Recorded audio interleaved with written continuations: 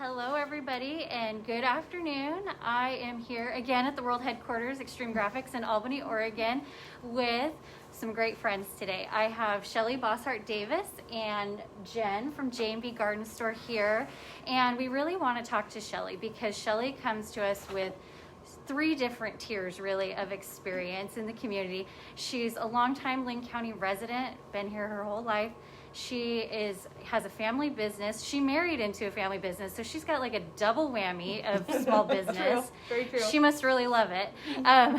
And on top of that, she is our state representative. So Shelly has an inbox that is full of so many things on a daily basis, and so we really just wanted to give her the opportunity to talk about what is happening with our businesses and how are they impacted right now and how we as residents can help. So with that being said, Shelly. Okay. There you go. Well, hi everyone. Appreciate coming here to World Headquarters. It's excellent.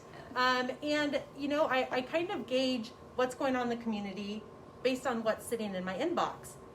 And when this kind of started, the number one thing that was in my inbox was unemployment and the issues surrounding the unemployment department and the lack of ability to get their unemployment based off of that original executive order back in March.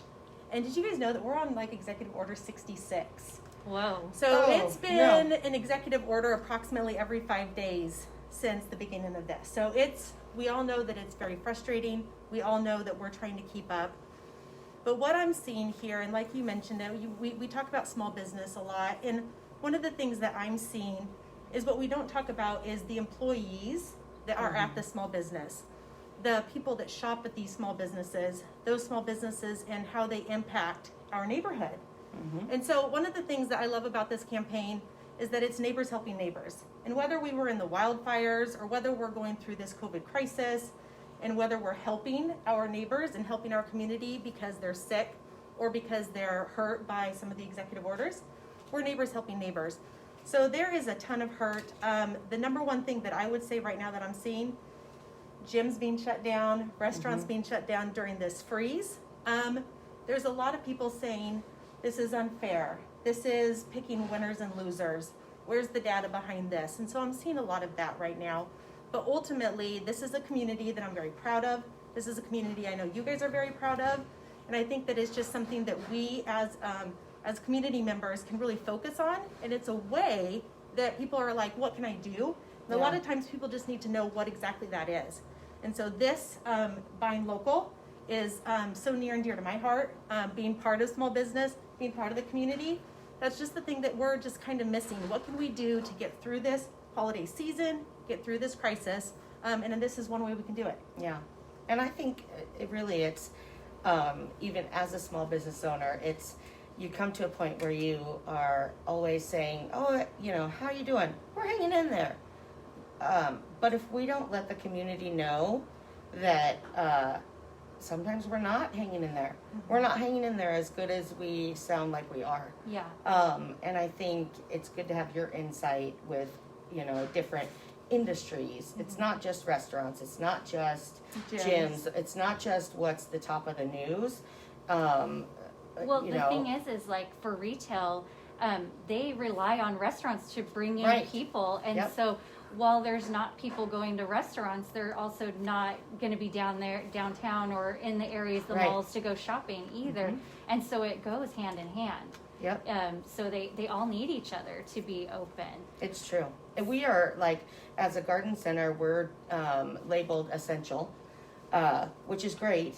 But at the same time, being open through all of these different phases that we've all kind of adjusted to, we've noticed, you know, we had a big month in May, obviously, but at the same time, we've noticed consumers in general, and so I know this goes over any industry, consumers in general, when a shutdown happens, even if it's just with the gyms or the restaurants, it slows down. We do try to do our best. You know, we do try to limit our interactions and stuff, and so it happens all across the board. Well, and I think that it's amazing how interconnected all of these things are. Pre-pandemic, we had, you know, things how they work in tandem with one another. The supply chain for certain situations, whether it's restaurants or getting goods and services to hospitals. And and they all work hand in hand. So I was on a call with the Hospital Association a couple days ago, and they talked about capacity. And we see in the news that we're reaching capacity in our hospitals, right? Well, it turns out it's not specific licensed bed capacity, it's actually staffed capacity. So if they had more staff, we would have more beds. So why do we not have staff? We have staff that is staying home to take care of kids because we already had a child care crisis. And now with the extra regulations and some of the child care facilities have actually shut down, we have a bigger child care crisis. People are also staying home to educate their kids because our schools are closed. So that adds to it. And then of course there's unemployment insurance and paid family leave, and nursing staff gets sick as well. So if we had less of a staffing crisis, we wouldn't have such a capacity crisis. And so you just see how everything just kind of is hand in hand. It's a double whammy. If our schools start to open up, then we're going to have less of a staffing crisis because there's going to be more people that are able to actually work. So there's going to be these issues that as we try to get better at what we're doing, those kind of things are going to be changed. So you just see how interconnected we as people are, and interconnected as we as Main Street, as our community is, whether it's hospitals, whether it's businesses. We're just seeing problems arise that we never thought would arise. Right. Wow. Do you have a couple ideas for businesses that aren't necessarily retail? They're not, in that shutdown category, but we know they're out there, and we know they're not as busy as normal, or their employees aren't working as solid. Any other industries you can give us ideas of how our community can support those businesses? Like I think about Davis Glass. How are different ways that are other industries that are hurting that we might not see necessarily in the news? How can consumers in our community help those businesses? Well, I think that there's some that, three came to mind as you're talking: Jetstream Aqua Massage, Urban Ag Supply, Jordan Jewelers. So those three just came to mind. They're not closed, but people might think they are. And so I would say one thing that people can do is to kind of stop and think before you go and purchase something online, before you go to a bigger box store, and you think, I wonder if these places are open and what kind of deals they're doing. Black Friday's coming up, but just thinking about Christmas and thinking about gifts. We all have a little extra time on our hands, it seems like. Exactly. So being able to think through that, and maybe I'll get this here, a gift certificate here, instead of something I would have normally gotten. So I think being able to follow, good guidelines. We all have common sense. I believe in common sense of people, and use that common sense. Do all hand washing and everything else, and be able to support those places. Do a little research, check out their Facebook pages, and then I also encourage businesses to make sure they have that updated information on their pages when they're open, what they're offering, those kind of things. So I think that that's something we can all do to help support our local community. Well, and I think at one point Jen and I had responded to somebody, and I think it's a great point to mention, is if you're worried, and you want to make sure that they're going to be protecting you as a customer, just call them and ask them, what do you have in place? And so rather than, shop online because I know that that's safe, don't do that. Call the business and ask any about business the protocols locally that isn't accommodating safety measures, whether it's curbside, run it out to the car. Heck, so many are even going and doing delivery, and that's a huge extra cost, but they're doing it. They are. This actually happened a few weeks ago, and I don't even know if you offer this, but I'm going to throw it out there anyway. I took a picture of my front porch, and I said, I took pictures, and I sent them to Jen, and I was like, I need this. This is how big this is. I need one planter. And so she was able to put it all together for me. I do that for other customers. Okay, it wasn't just a friend thing. No, but I did. I replied back, and I was like, how long is the planter? How deep is the soil? Where's it going to go? And so, then I was able to have your order ready. Kendall came and picked it up. You're good to go. We're good to go. So I think that everybody, we talked about being creative. How are you doing? Well, it's an opportunity to be creative. And so I think that, and you talked about delivery. Deluxe Brewing was actually doing delivery.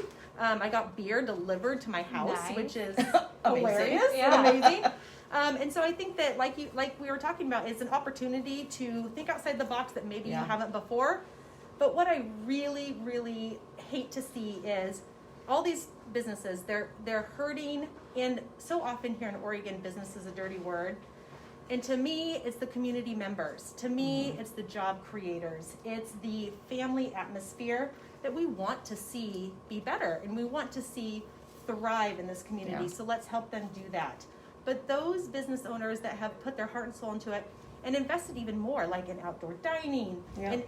and then they can't even do that. Right. And so there's a lot From of a business frustration. perspective, it's like, man, okay, you want to do this? Okay, I'm going to do this. I'm going to make it work. I'm going to make sure my customers can come in. And then, oh, nope. Now you get to close anyway. Right. Yeah, And right. none of those changes, you know, as a business owner, everybody says training a new employee is 3 times as expensive as keeping one. Well, that's 3 times as expensive to reinvent your business model every single time. Yeah. Yep. So there's a lot of things that from specifically in this freeze, we're seeing restaurants, we're seeing gyms. And what I've done and a group of us have been really encouraging the governor and her team to make sure that we have data to back it up. We have to be able to show that. And if we can't show the data, then we need to change course. And also shutting down, opening up, shutting down, that's so harmful. Let's just reduce capacity. Let's stay open. Let's reduce capacity. I know that there's a press conference today at 1:30, and so we'll see what actually comes of that. But I know that we are very encouraging of that specific. Let's reduce capacity. Let's stay safe. Let's stay open. Yeah. Well, thank you so much for Oh meeting my with gosh, us. thank you. We're I super knew it was going to be appreciative. so amazing, and just thank you so much for your hard work and all of the dedication that you put into business in this community. Like, you spend, you know, here you are running a business, you have a husband that runs a business, and you give so much time, and we just appreciate it so much. And remember, save Albany now, shop local. Get in here. Sorry. Shop local. Oregon T-shirt fundraiser.com. Order your shirt, support a business, buy gift certificates. If you're a business that is going to be doing any sort of company bonuses or anything, gifts for your employees, buy gift certificates, buy local, do what you can. There's on our website, you can see all the participating businesses. I think in And there's Albany, even we're- more info about the campaign and all the different elements at At savealbanynow.com. savealbanynow.com. But for the full list, you can look at who's participating, and I think we have 23 businesses participating right now. And if you're a business that needs to be on that list, just reach out and contact us. So savealbanynow.com. Let us know, and thank you again, Shelly. Thanks, Shel. You're the best. Thank you guys. Appreciate it.